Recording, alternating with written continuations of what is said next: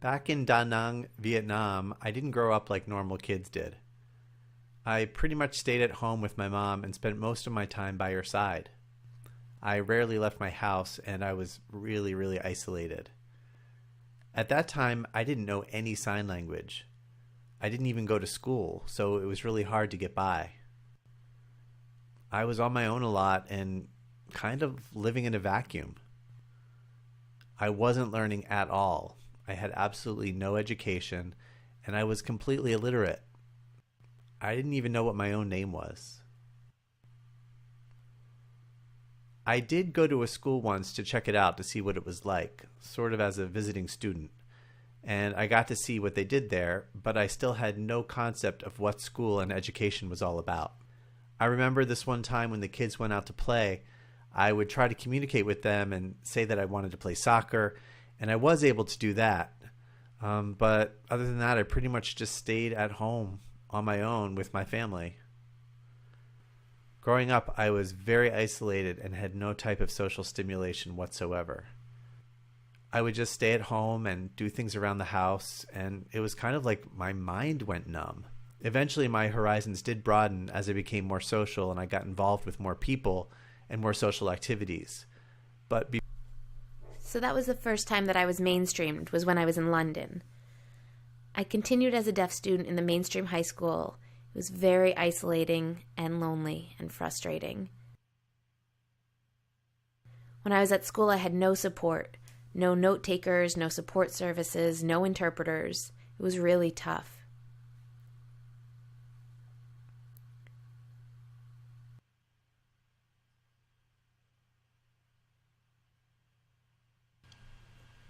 How did I realize that my life was out of control? I was actually oblivious to it. My mom died when I was 5 or 6, and it was Halloween night. As I said, it was traumatizing, and I wasn't dealing with my mom's death at all.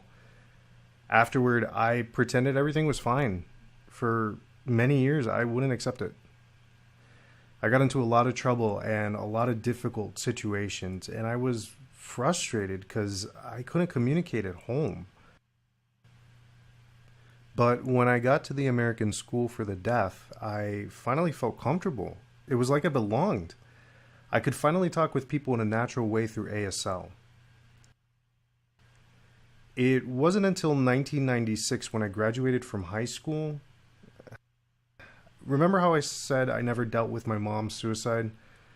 Well, as soon as I finally faced my mom's death, my world fell apart and I was out of control.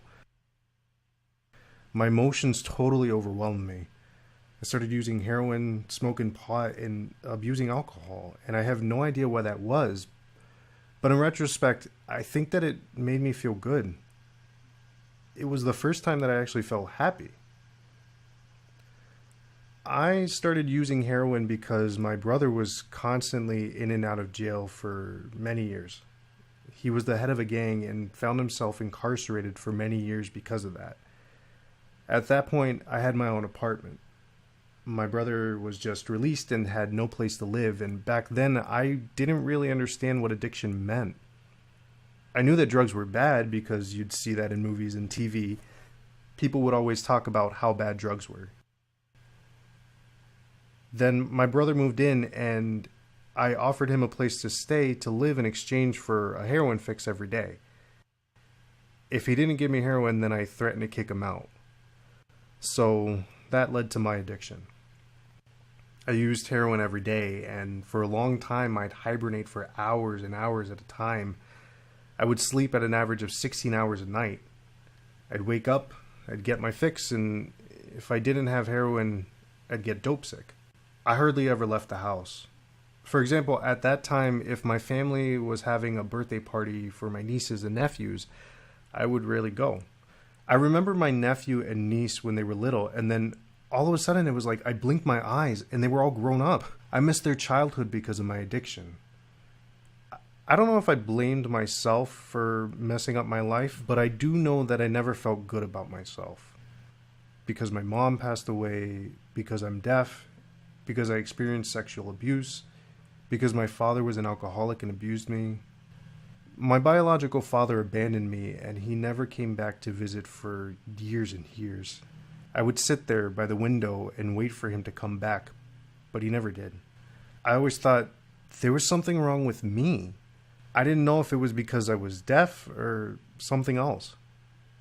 I also felt really lonely because I couldn't easily communicate with people. But I never thought about blaming myself. I just always felt like I wasn't good enough.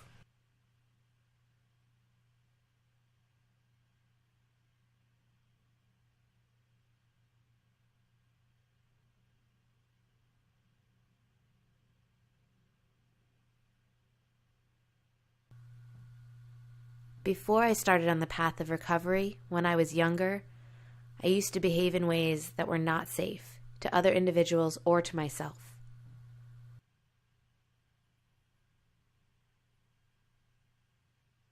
I hurt myself and I hurt other people as well. I often threw things, hit things, and I had a history of hearing voices and experiencing hallucinations.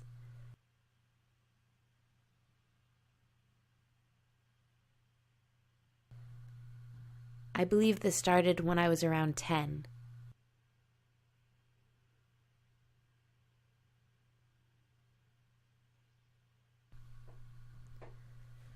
When I started hearing these voices, I figured this was pretty normal, and I thought everyone heard these voices, and it was just that nobody really talked about it.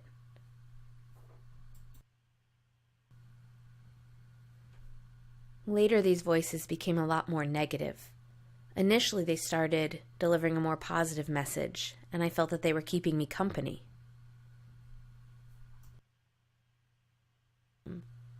But as the voices turned more negative and I felt that they were turning against me, that became an entirely different issue.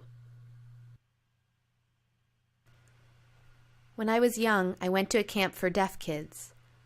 Our counselors wanted to give us the liberating experience of having a whole month without having to wear our hearing aids. But the experience for me was deeply unpleasant, because even without my hearing aids, I continued to hear these intrusive voices.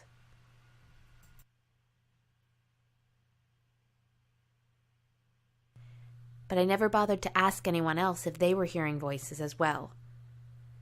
And then after camp, I went and saw my therapist, and I asked her if this was normal to hear these voices, even if you're not wearing a hearing aid. And she told me it was not normal. In fact, it was actually a mental health problem.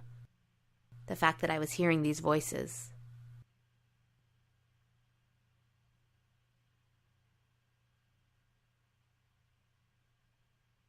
My recovery didn't really start the first time that I hit bottom. When I was initially discharged from the hospital the first time, I didn't understand what was going on. I didn't really understand until almost 20 years later, when I hit bottom for the second time. At that time, I went for treatment voluntarily. And that was when I learned, through my therapist who signed and knew how to work with deaf people, that there was now something called peer support, and there were interpreting services available. And that didn't exist for me 20 years ago.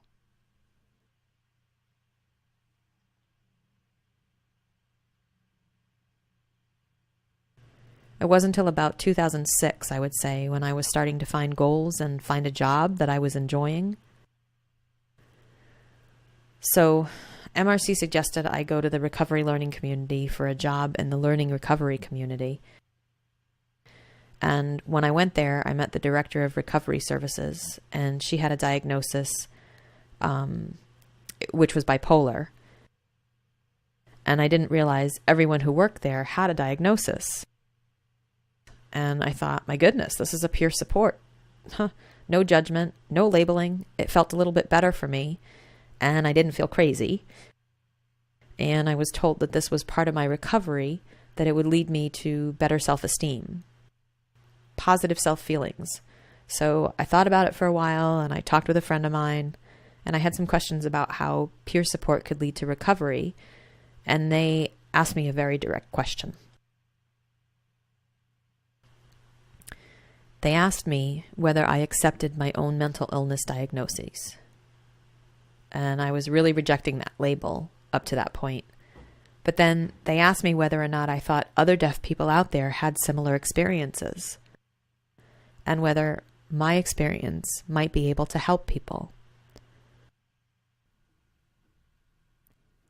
When they said that, I literally got chills.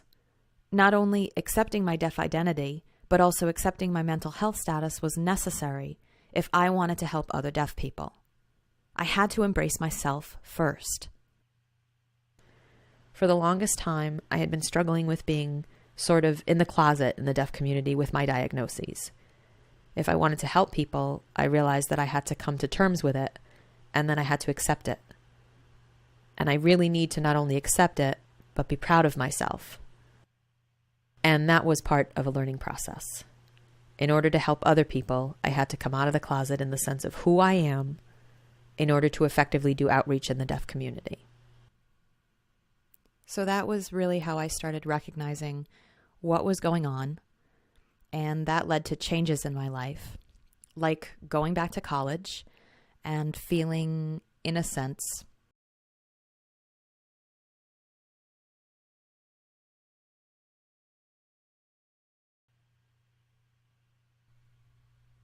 I have gained a lot of insight from my experience, and from that, I'd like to tell people that you don't have to live in the darkness of isolation. You do not have to be alone. You can take charge of your life and think in a positive way about who you are and what you want to become in your life and in your future. And you can apply that to whatever you want to achieve in terms of your career goals or really anything. Please don't let other people discriminate against you or keep you down or tell you that you can't do what you want to do. In your heart, you need to know that this is your life and you can achieve whatever you put your mind to.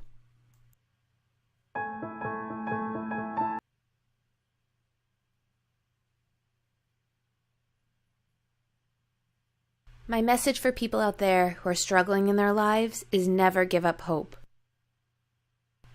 There's always someone there to help you get support and get you back on your feet again. And remember, always ask for help.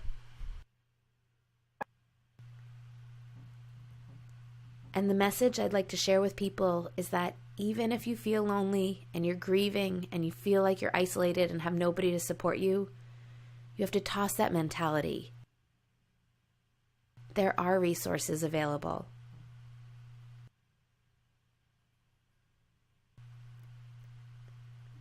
Without the support that I have, I wouldn't be here today.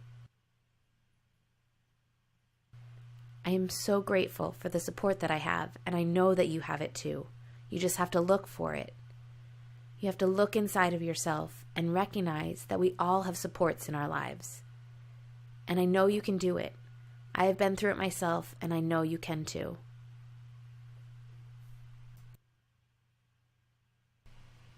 The deaf community needs to come together and help each other out. Kind of like the civil rights movement of the 1960s. Martin Luther King was the leader who called the black community together, and the result was getting equal rights. So if the deaf community comes together and we support each other and work together, we could all lift each other up in the same way.